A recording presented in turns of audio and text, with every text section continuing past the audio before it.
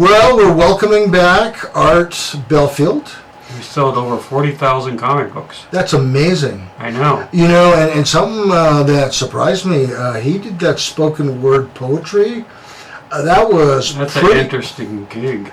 Yeah. You know, and powerful. I mean, that moved me. Not only the content and the words, but he can do it right. I mean, he matches his emotions to those words perfectly. And I know he's agreed to do another one tonight. Oh, great. So I'm looking forward to that. We're also going to talk a little bit about some of his visual creation art.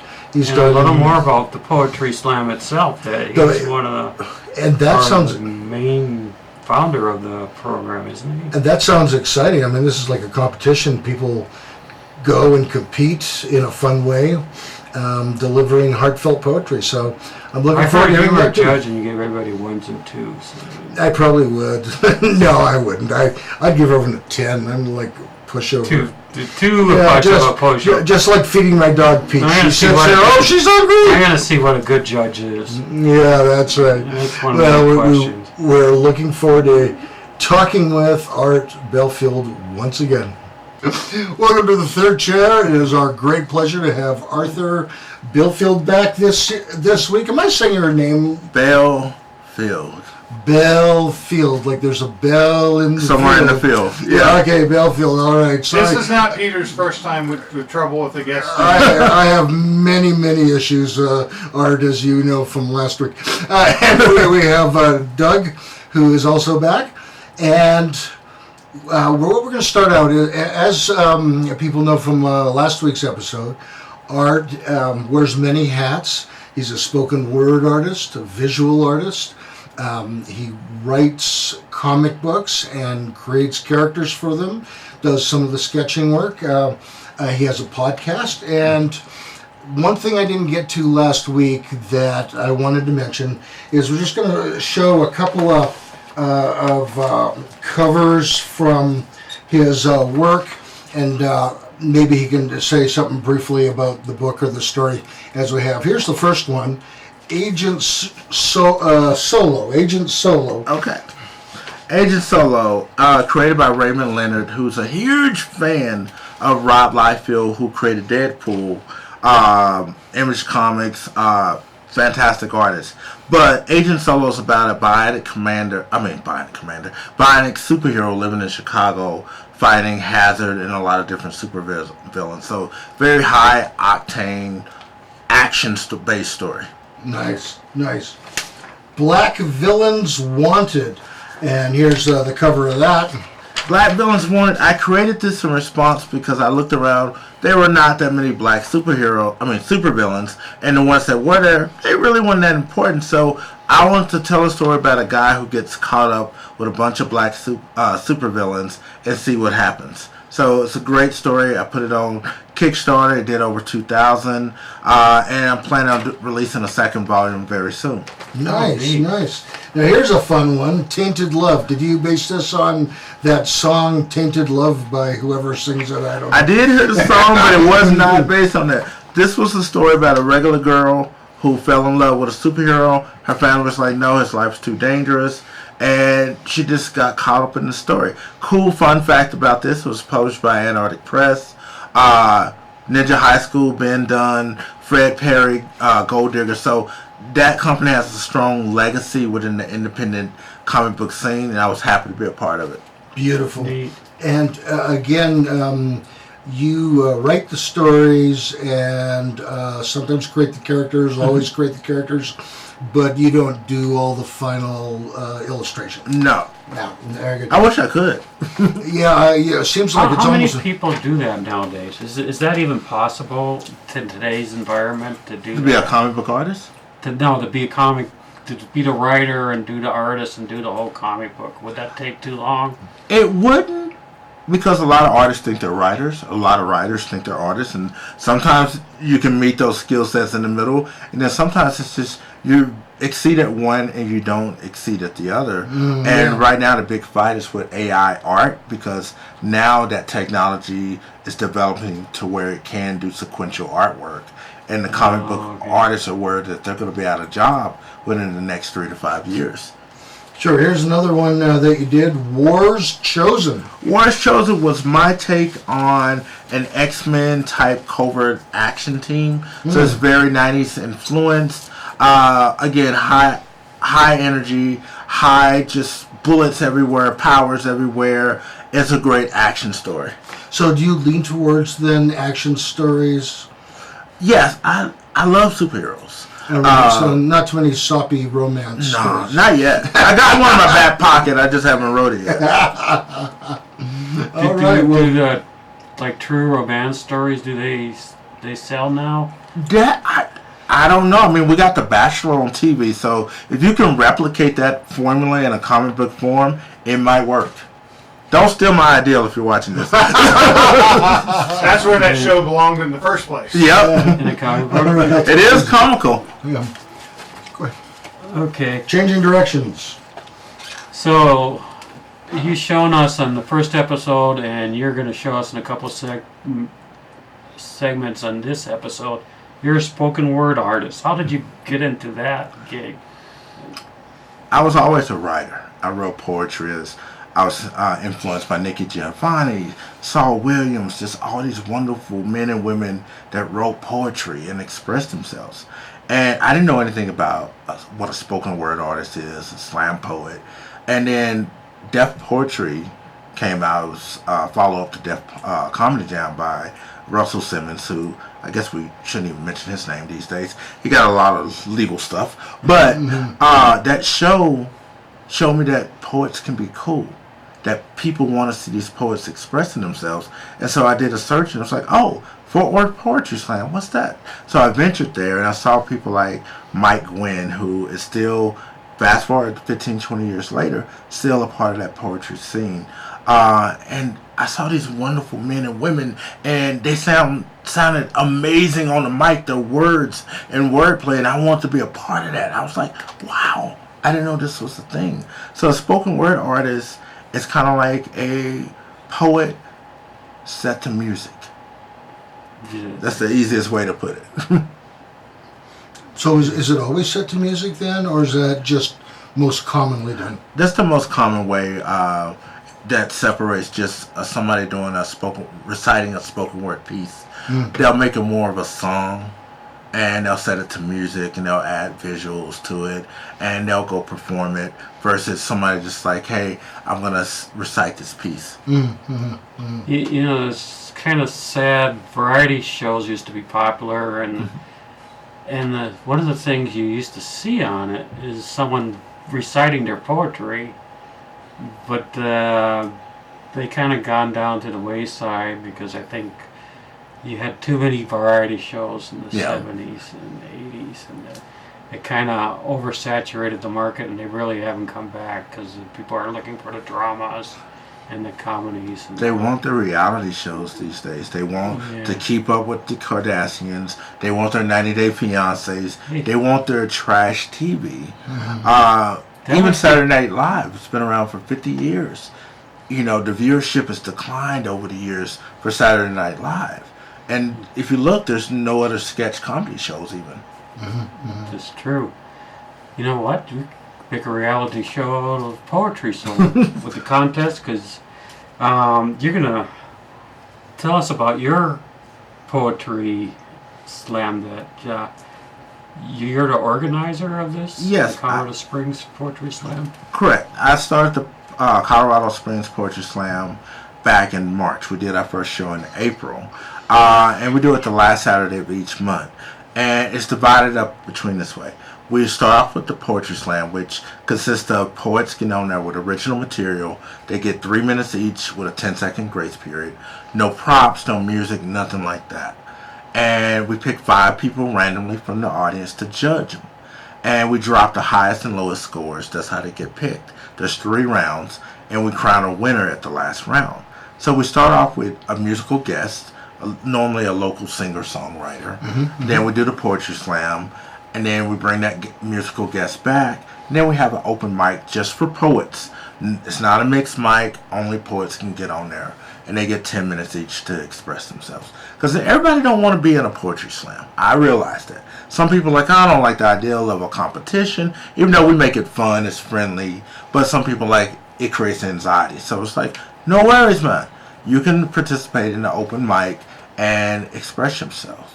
And so it's been going strong. We got the one coming up August 26th. We got one coming up September 30th. And then the last show in October, we're going to have a costume contest. So I'm encouraging all the poets and audience members to dress up. And it'd be cool. You look up there, Captain Marvel and Deadpool are reciting poetry next to Thor. You can't ask for a better time. And Jacinda Gabby, who's won the Poetry Slam twice, on the September 30th, she's having a book release party for her first volume of poetry. So it's going to be a lot of fun. Wow, that'd be exciting. So I'm going to ask a question after we get back on what's the prizes that you give out for the poetry, if any, for the Poetry Slam. Okay.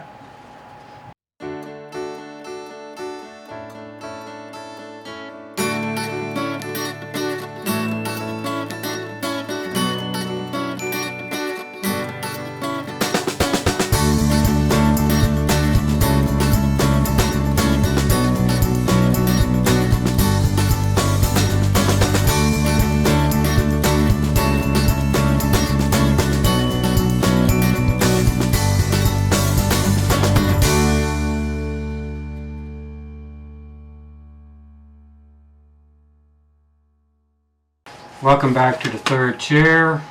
Luckily, we have Arthur back because we still have Peter. Well, yeah, two out of three ain't bad. No. Yeah. That's true. So, what kind of prizes do they get for winning the poetry slam? They get my eternal gratitude. They get bragging rights. No, we do. At first, there was no prize other than bragging rights. But now, starting with the August 26th show, we started giving out $100 to the winner. Wow, that's pretty nice. I know, it's coming out of my pocket too. I'm broke. But I'm like, you know what? Oh, you you're did a a nice good guy. job. You deserve it. Is No Taco Bell for me that week. No, yeah, you're fasting. Is there some sort of modest entry fee to participate? No, because we wanted people to feel included and not pressure to, I can't participate unless I have $5 or $10. So it's free, and everybody signs up for the Poetry Slam and the open mic the day of the event to make it fair to everyone. And with the open mic, if you signed up, I say if it's 10 people, you signed up third, you're going third. I don't pick and choose. Oh, my buddies are here, they're going to go first, and then y'all other guys, y'all losers, y'all can go whenever. I don't believe in that. It's not right. And open mic is, if you signed up first, you get to go first. Maybe it's a disadvantage to go first. No, sometimes people are like, I got to get it over with. Because it might be their first time, and I want that to be a good experience. Because if they have a negative experience, they may never do this again. So I want it to be fun. I want that friendly competition, but I don't want to pressure anybody to feel like, I have to be a slam poet. I have to perform versus just, here's my, poem about my dead cat, Fluffy. Poor Fluffy. But at the end, he was We kind of won't let our fluffy. cats. We don't let the cats upstairs hear about that. They're a little upset. A little bit. So what makes a great spoken word artist? Character. You have to have character in self. You have to believe in yourself. And you have to have stories that you want to tell. Because poetry is just a medium, just like writing a play or a novel or a screenplay. It's just a different medium where your time limit is condensed into maybe 1 minute, 3 minutes, or 5 minutes. It could be longer. But generally, it's condensed space and time to tell a story. So what makes somebody great at it is the ability to convince other people to have a shared experience with them. And that's how I look at it. And what makes, you said you choose your 5 judges out of the audience, right? at random? At random, I look at you. You want to be a judge? Yeah. Okay. You're a judge. You're a judge. That's exactly how I do it. I'm just looking at random people like, oh, you want to be a judge? And some places are very picky with poetry slams. They're like, hey, do you know any of these poets? Yeah, that's my brother. Okay, you can't be a judge. Yeah.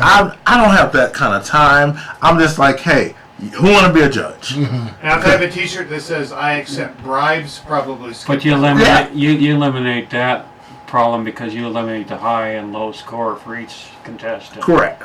And that's how... So they get 3 scores that count. Exactly. 3 scores from each one of the 5 judges. And it works. It works.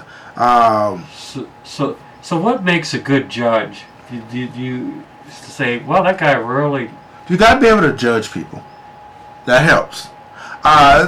You might judge. You might like the way what they're wearing. You might like their poetry. What they say, it might change your life. So just somebody who is a good judge of character, somebody who wants to have fun, and somebody who's like, you know what, I believe in that person. So any mixture of that, or all of it, will make a good judge. So the judge comes in his own mind like, oh, I like that person better than that person. Yeah, we encourage it. We tell the poets. They might like, you're wearing some, what they call them, hoochie daddy shorts. They might like that. You might got some nice legs. They're like, did you see Doug's legs? Well, them thighs? I don't think that would work for either Doug in the studio. Hey, we could do a whole episode to Doug's legs. I have my mother's thighs. Yeah. Roast audience out. That might be their thing. But, we tell people not to take it too seriously and have fun at the end of the day. Because you said, don't boo the poets, but you can boo the judges. Boo the judges, feed them. That might give you a high score. You buy them some nachos. Yeah, you bring some nachos. So if you're a judge and you put up a 3, you're probably going to get booed. You're going to get booed, but by the audience. Because you still have this whole audience out there that's like, what? A 3? What are you doing? Do the judges try to explain sometimes? Nah. They just show up. Unless I just really want to mess with a judge and like, really?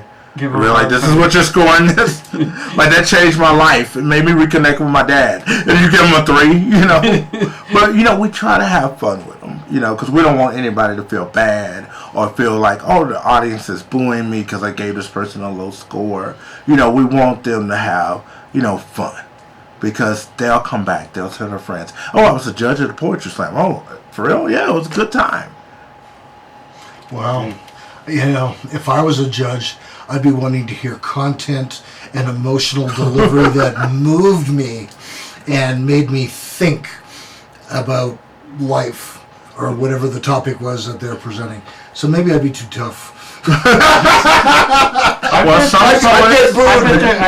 bet there would be a poem if you sat, I don't know, like 6 or 8 people. I bet there would be at least one poem that would move you in some direction. I would think so. Yeah. Some poets get up there, they talk about abortions, they talk about being abused as a child, they talk about abusive relationships that they are in their adult life. Like, these mental health has become a huge thing now. Yeah. So people are more hyper aware of, hey, am I gaslighting people? Am I ghost bombing? Hey, me and this girl, we got together where we both just came out of traumatic relationships. Are we trauma bonding? So these are phrases that, they're buzzwords to some, and some people have weaponized them. But at the same time, people are living their truth, and we got to respect that. So, if you want to go to a slam and hear these stories and feel that pain, someone will, make you cry. Mm-hmm. But also, though, hopefully the pain moves you to do something about a problem or an issue, not just experience the pain. Exactly. But it's a step in the process, isn't it? Like, if you write something down in poetry and you recite it, that is a step. They're releasing. You're not internalizing it, which is why some people get on stage, because they're like, I need to share this with somebody. That's why I look at it as therapy. On our show, we've done 130 or so podcasts. We have had people share stuff spontaneously that sometimes is along those lines. Yeah. Yeah, real serious stuff, and the best part about it is they also told how they dealt with it and how to have hope for the future. Yeah, I got a few poems where one is talking about, in my adult life, I realized my mom's a single parent, 4 kids, how she paid the rent. She would give me a couple of dollars to go to the corner store. When you see the landlord's car leave, you can come back. And, you start looking at your childhood a little different. You're like, did my mom sleep with the landlord to keep the lights on? Or so we can have a roof over our heads. And, it changes your perspective on your childhood. Once and this is why therapy is so important, because they want you to do a deep dive and you feel like, oh my God, I was abused. I never realized it. And, some people are like, oh, you shouldn't spank your kids. I grew up, you got spanked. But now it's called abuse. And to me, it's a difference between spanking a kid and abusing a kid. A huge difference. Oh, yes. Yeah, that's a really hot topic. They used to give us spankings at school if you acted up. Yeah. So. I remember in the 3rd grade, the principal had a paddle, and he paddled this kid that was twice my size in the 3rd grade. And I'm like, wow, he's crying. and the principal just kept pounding his hand with the paddle, and I'm like, hey! I don't want that to happen. We had a coach in high school that drilled holes in his paddle so it would move faster and Oh, wow. more. That is crazy that he did that. You got paddled by him I one think time, then you You learned your lesson. A lot of gym teachers did that, I think, in those days. They knew about how the air moved. All right, and we are We're going to come back with a poetry reading. a poetry reading, I a hope- slam. Yeah. We'll Yeah. see if he's as good as last week. And during the break, we're going to draw straws to see who does it. It'll be all right. We're right I back. hope Arthur wins. It's a rigged drawing.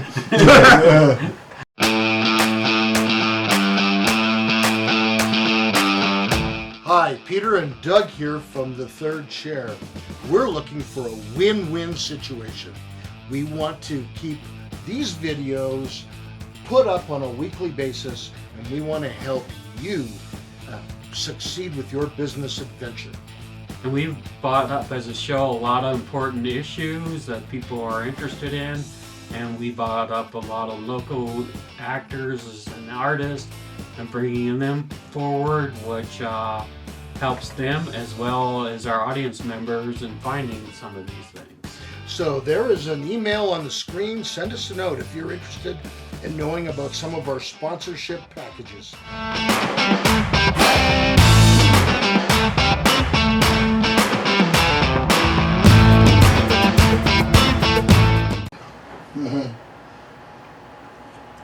This next piece is untitled. Ugly truths, broken mirrors shattered when in the darkness. Look at yourself. This is America. Black and blue sexist, homophobic, transphobic, and I no longer know the pronouns involved in the gender war. Do you? King Lo once said, everyone's a bitch if you ask me. So don't ask me because I have my own fight to fight. You have yours. So when I fight the powers that be, remember I'm like Chuck D. I'm the epitome of the public enemy. And if you don't believe me, try being black, try being proud, try being young, black, and gifted, and see how quickly the world will remind your ass that Abraham Lincoln didn't free you. But you want me to ignore that and forget the night that I walked in on my mama being raped by somebody whose great-great-grandfather used to own and rape their slaves. And nobody said anything. Because this was family business, right? And I guess business is good because millions of black women are being raped and no one seems to care. Where's the breaking news when a little black child is missing? Ugly truths. Broken mirrors. And if you want me to be honest, I'm tired of hearing people screaming about individuality with their hive minds. Because they refuse to unplug the matrix and just be black, be white, be male, be female, be whatever you want to be. Just be great at it. Mediocre people tend to be forgotten by God. I'm going to say that again. Mediocre people tend to be forgotten by God. Or is that just hearsay? Hidden within encoded language. Is that just hearsay? Hidden within encoded language. And now that you heard me say this word in a poem, who's really code switching? And since we're talking about family business, I want to give a shout out to my uncle, because he was an old school pimp way back, and he'll whoop your ass in more ways than one, no metaphors needed. Especially if you're grooming children and calling it pride. You see, my uncle, he was 1954 gay, which meant he had a happy wife and kids. He had a happy wife and kids. And being gay to him wasn't a hashtag nor a political statement. No one cared about who he slept with in the darkness, except maybe his wife. But that's another poem and story. He was an OG Crip who wasn't afraid of your racist rants, nor your anti-gay thesis statements. He didn't need a parade, because he was that man. He had nothing else but his pride. He got murdered by a cop, not because of who he slept with, but because he was black and he dared to go outside. Now you tell me about pride. Thank you.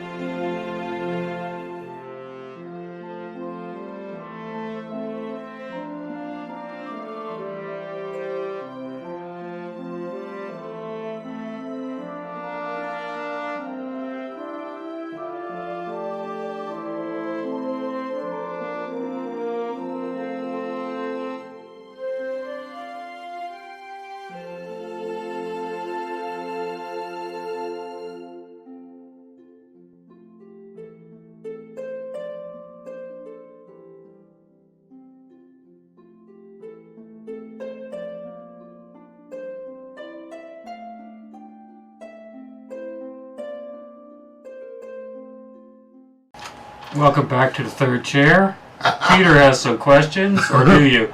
I do. Well, first of all, I want to say what a wonderful delivery that was of some fine poetry. That's right. And we were truly privileged to hear that.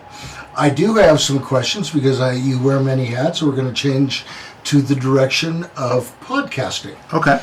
And you have a podcast that I've watched a few episodes of called The Critical Nerd Podcast, or Critical Nerd Theory Podcast. Yeah. All right, please forgive me.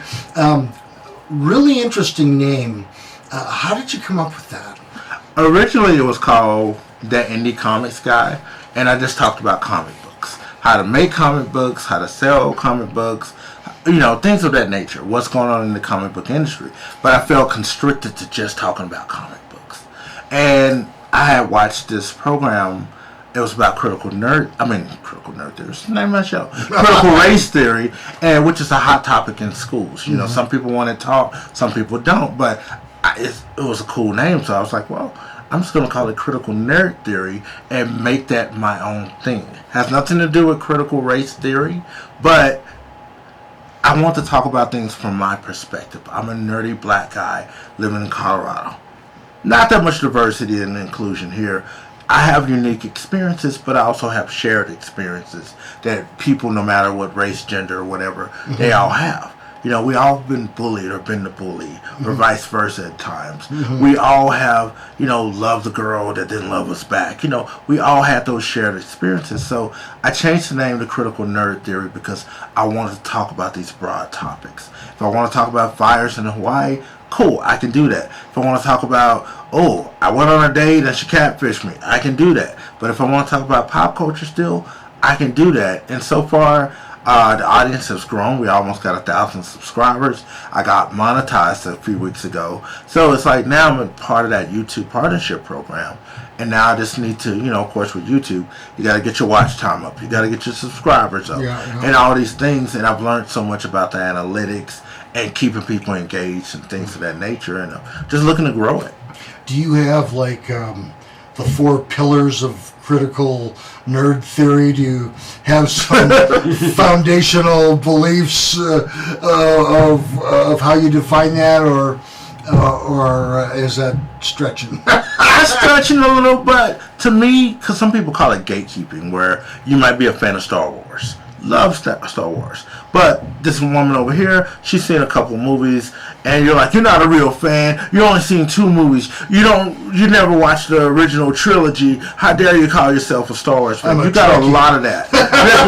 Even better. Picard is the best captain. He gave the best speeches. He will inspire anyone. Yeah. But no, I just look at it as like, I just want everybody to enjoy what I'm enjoying. If you disagree with me, my engagement is up. People love saying I'm wrong.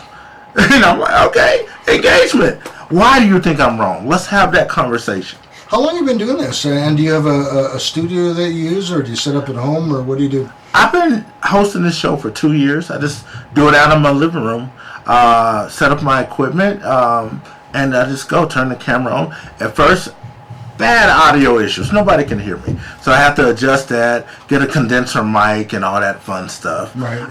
And now it's just, I film it most of the time on my iPad, edit it on there, and I can get a quicker turnaround time to get the episode out.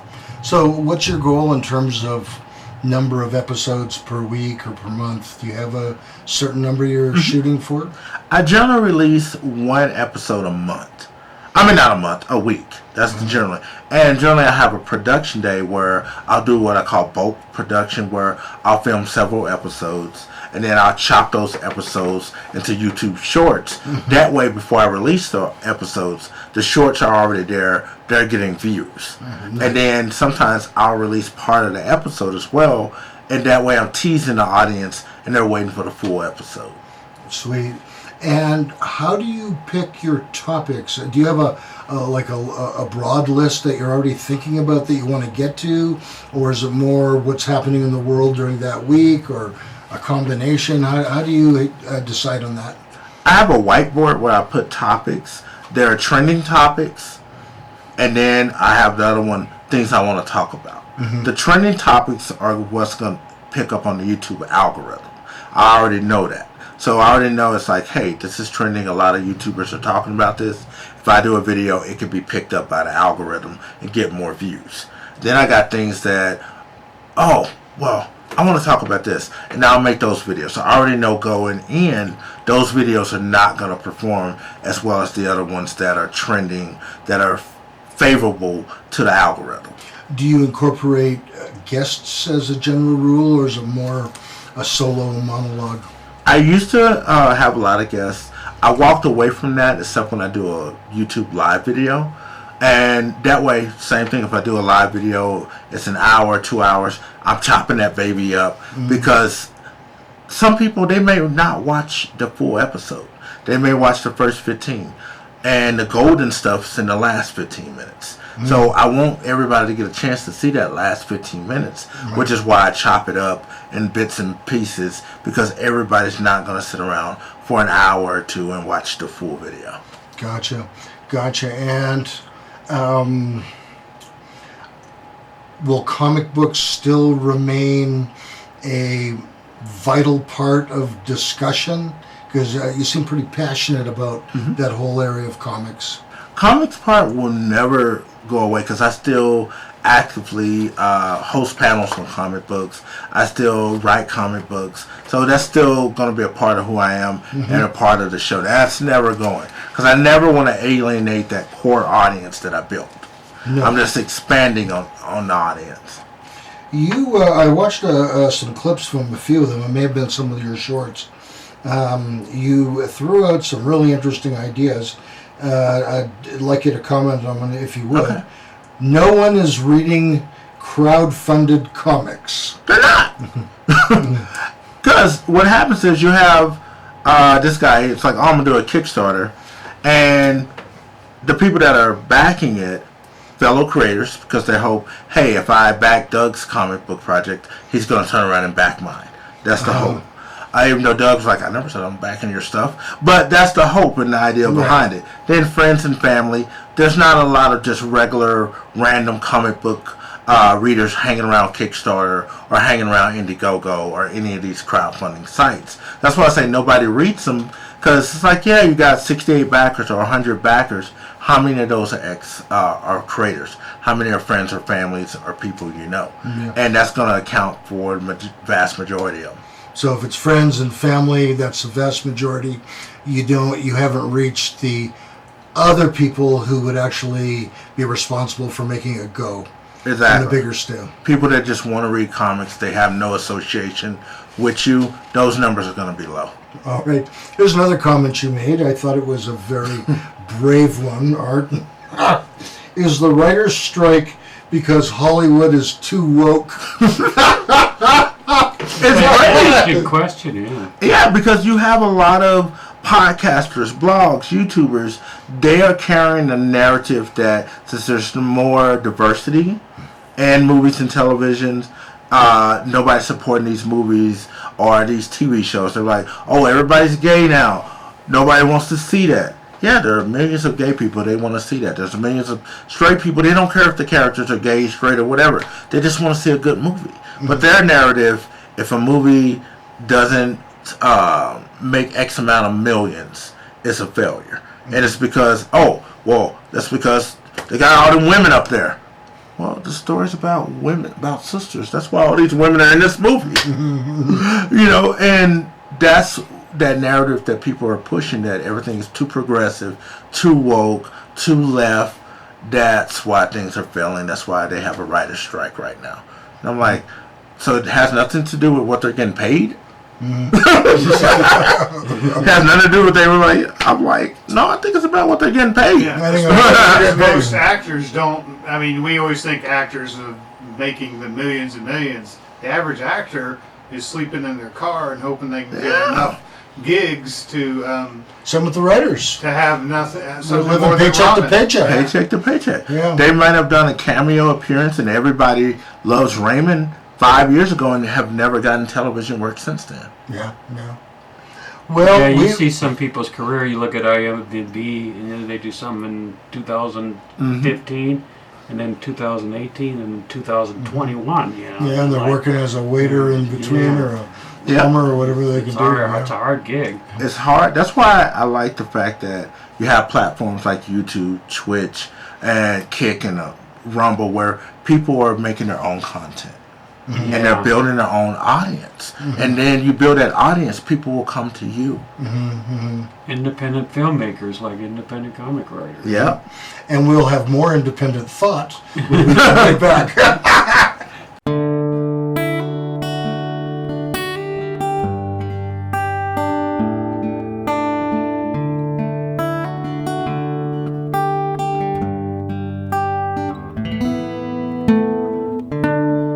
Hi, I'm Peter from Pikes Peak Recovery Coaching, and as you know, I do help people with drug and alcohol recovery issues. I love to help people get better, but I also offer a variety of other services, including regular life coaching services. I've helped several people write and finish a book. I've helped a doctor that was in medical school graduate and then get into a residency.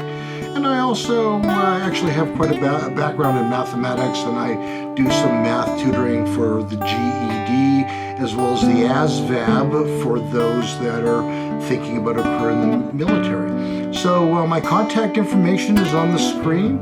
Please send me an email or a text, and we can talk about some of these services and how I can help. That's Peter Grigg at Pikes Peak Recovery Coaching.